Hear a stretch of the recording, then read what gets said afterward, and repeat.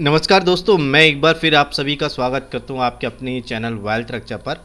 आज के एनालिसिस में हम यहाँ पे बात करने वाले हैं कि कैसे हम नेक्स्ट वीक के लिए, मतलब हम बात कर रहे हैं यहाँ पे हम थर्ड वीक के लिए, कि कैसे हम यहाँ पे थर्ड वीक ऑफ सितंबर में स्विंग ट्रेडिंग स्टॉक्स को यहाँ पे एनालाइज कर रहे हैं। और वो कौन से यहाँ पे स्विंग ट्रेडिंग स्टॉक्स हैं जिसको मैं आप लोग के साथ शेयर करने वाला हूँ, और उन स्टॉक्स को सिलेक्शन के लिए ऐसा क्या उन स्टॉक्स में दिखा कि हम उन स्टॉक्स को सिलेक्ट कर रहे हैं। ठीक है, तो आज के एनालिसिस में ये सारा कुछ देखेंगे। वीडियो को लास्ट तक देखना ताकि किसी भी प्रकार का कोई कन्फ्यूज़न ना हो। ठीक है, एवरी वीक की तरह हम यहाँ पे 3 स्विंग ट्रेडिंग स्टॉक्स देखेंगे। इसके साथ साथ यहाँ पे एक हम बोनस स्टॉक देखेंगे कि उस बोनस स्टॉक में ऐसा क्या है जिसके लिए हम यहाँ पे उस स्टॉक को सिलेक्ट कर रहे हैं। ठीक है, तो सबसे पहले बात कर लेते हैं यहाँ पे विप्रो की, कि विप्रो यहाँ पे देखो, विप्रो अगर आप देखोगे ना तो विप्रो ने यहाँ से एक रैली ली थी, और आप देखो कंटिन्यू जो विप्रो ने यहाँ से रैली ली थी और नियर अबाउट यहाँ पे 700 का एक हाई बनाया था। और हाई बनाने के बाद में आप देख रहे हो कि ये रैली आई थी, तो रैली का एक करेक्शन आना ज़रूरी था। यहाँ पे देखो मार्केट करेक्ट होता है,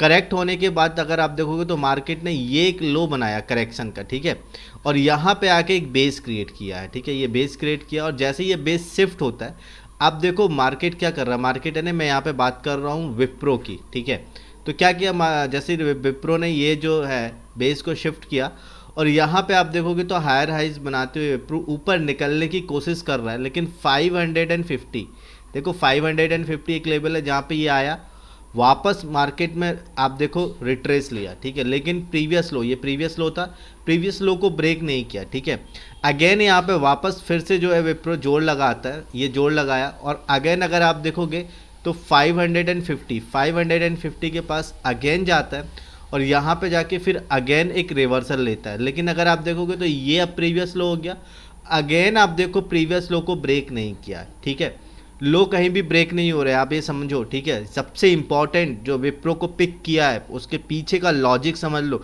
ये लॉजिक अगर आपको समझ में आ गए ना, तो आप ऐसे स्टॉक्स की लाइन लगा लोगे, और कैसे आपको स्टॉक्स कलेक्ट करना है ये आपको बड़ी आसानी से आप एक नज़र में पहचान लेंगे। ठीक है, तो समझो यहाँ पे देखो ऑलरेडी अप ट्रेंड में चल रहा है। ठीक है, और यहाँ पे कौन सा लेवल है, 550, जिसके पास जा रहा है स्टॉक, और बार बार रिवर्स हो रहा है।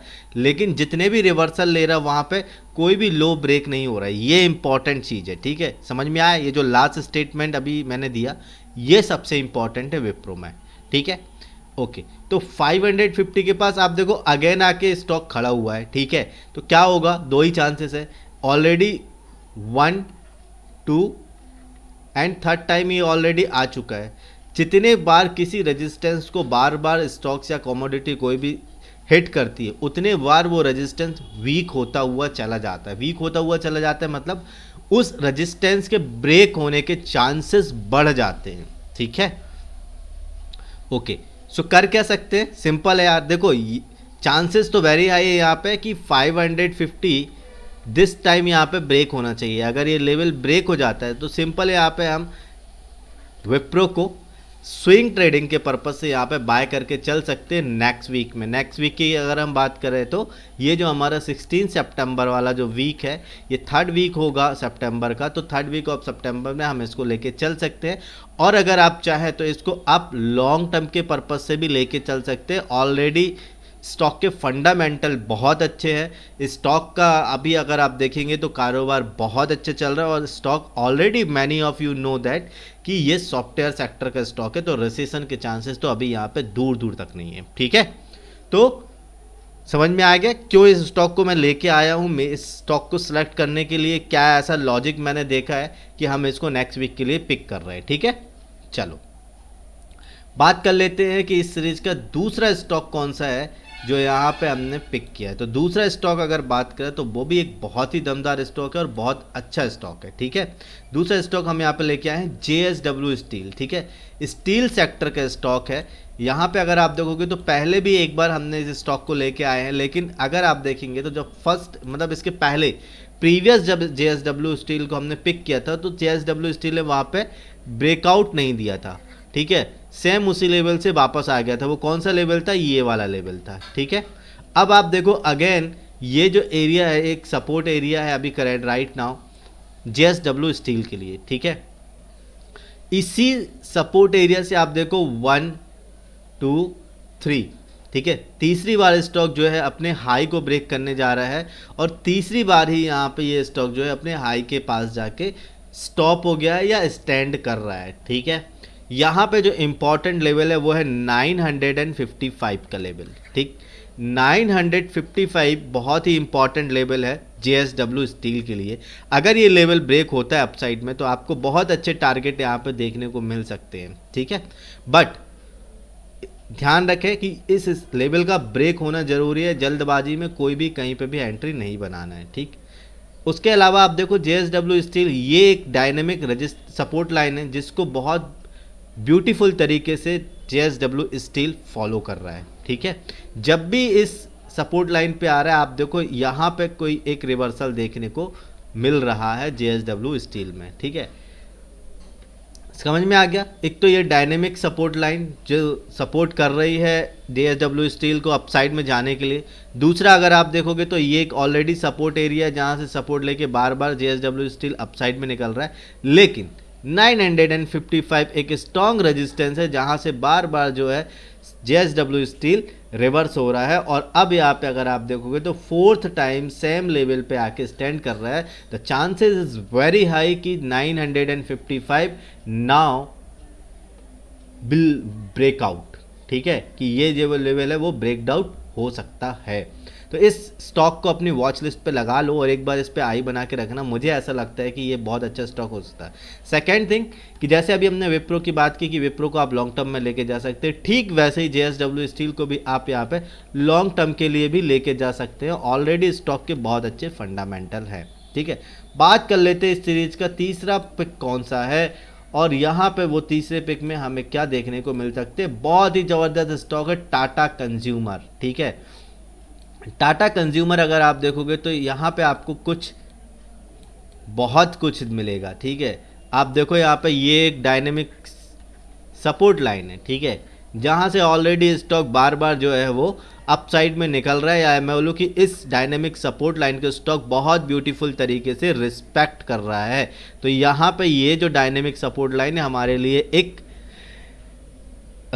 स्टॉप लॉस के जैसे भी काम कर सकती है। ठीक है, अगर आप लोग चाहें तो यहाँ पे इस डायनेमिक सपोर्ट लाइन को स्टॉप लॉस के जैसे एक्ट कर सकते हो। उसके अलावा अगर हम बात करें तो यहाँ पे ये एक एरिया है। ठीक है, कौन सा लेवल है, लेवल की अगर बात करें तो एक मिनट लेवल देख लेते हैं हम।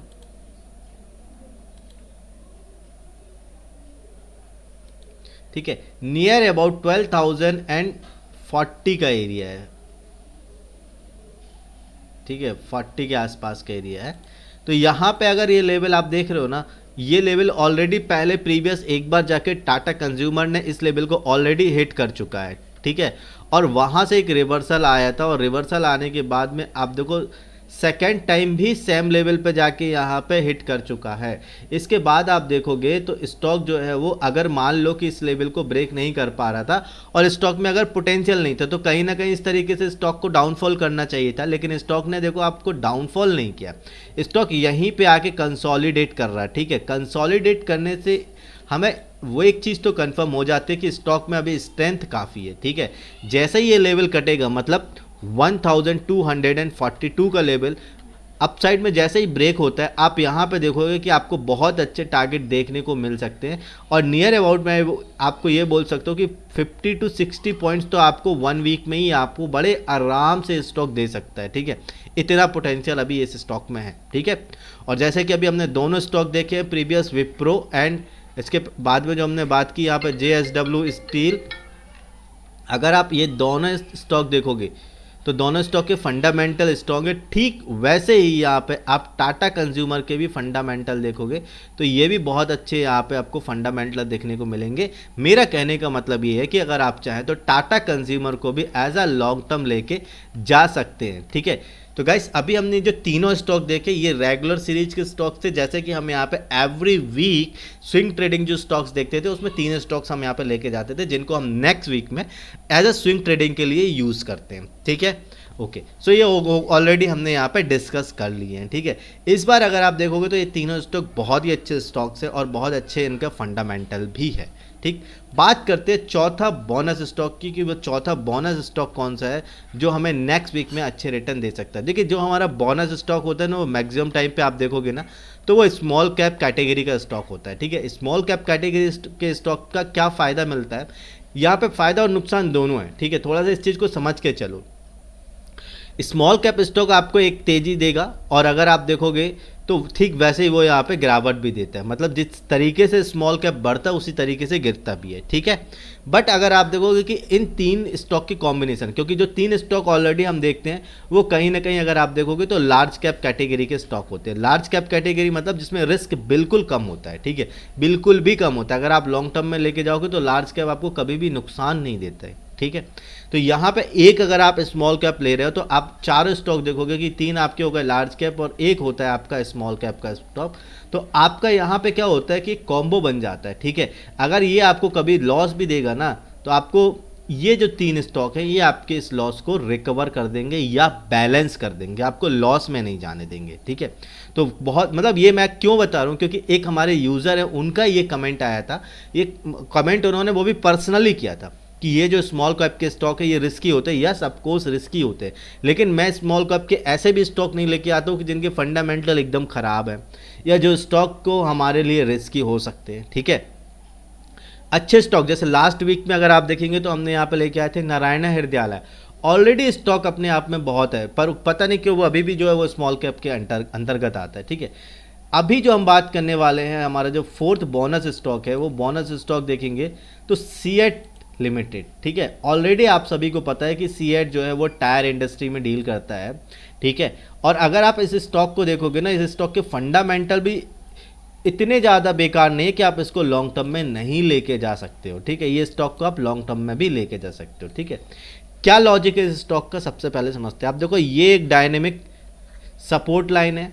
ठीक है, अगर आप देखोगे कि इस डायनेमिक सपोर्ट लाइन को ये स्टॉक बहुत ब्यूटीफुल तरीके से रिस्पेक्ट कर रहा है। जब भी डायनेमिक सपोर्ट लाइन के पास आता है इस स्टॉक में एक अपसाइड में हमको रिवर्सल देखने को मिल रहा है। ठीक है, तो ये हमारे लिए क्या हो जाती है, एक सपोर्ट की तरह एक्ट करती है, तो हम इसको एज अ रिस्क ले सकते हैं या एज अ स्टॉप लॉस हम इस डायनेमिक सपोर्ट लाइन को एक्ट कर सकते हैं। ठीक है, उसके बाद अगर आप देखोगे तो 3000 का एक लेवल है, जहाँ पे 3000 के लेवल के पास जब भी सीएट लिमिटेड जा रहा है आप देखो वहाँ से हमें एक रिवर्सल देखने को मिल रहा है। 3000 पे आया, रिवर्सल देखने को मिला, 3000 पे आया, वापस रिवर्सल देखने को मिला, अगेन इसी लेवल के आसपास आया, रिवर्सल देखने को मिला। फोर्थ टाइम आप देखोगे कि 3000 के लेवल के पास सीएट लिमिटेड स्टैंड कर रहा है। ठीक है, मैक्सिमम चांसेस है कि ये 3000 के लेवल को ब्रेक कर जाएगा, और 3000 का लेवल अगर ब्रेक हो जाता है, ठीक है, तो आप यहाँ पे इसमें बहुत अच्छे टारगेट देखने को मिल सकते हैं। मेरा ऐसा व्यू है कि ये आपको विद इन 1 और 1.5 मंथ में आपको 500 to 600 तक के यहाँ पे आपको टारगेट बड़े आसानी से दिखा सकता है। ये स्टॉक में अभी इतना स्ट्रेंथ जो मैं देख पा रहा हूँ। ठीक है, और अगर आप इसको लॉन्ग टर्म में लेके जाते हैं तो लॉन्ग टर्म में भी लेके जा सकते हैं। ऑलरेडी स्टॉक अभी कंटिन्यू बुल रन में ट्रैवल कर रहा है। ठीक है गाइस, आई होप आप सभी लोग को ये चारों स्टॉक्स की एनालिसिस समझ में आ रही होगी, क्यों इन स्टॉक्स को हम लेके चल रहे हैं नेक्स्ट वीक के लिए, और इन सब स्टॉक्स के पीछे क्या एक लॉजिक है जो हमने इन स्टॉक्स को पिक किया है। ठीक है गाइस, चलो अगर आपको वीडियो अच्छा लग रहा है ना तो प्लीज़ वीडियो को लाइक करो, चैनल जरूर सब्सक्राइब कर लो ताकि इस तरीके की एनालिसिस आपको रेगुलर बेसिस पर मिलती रहे।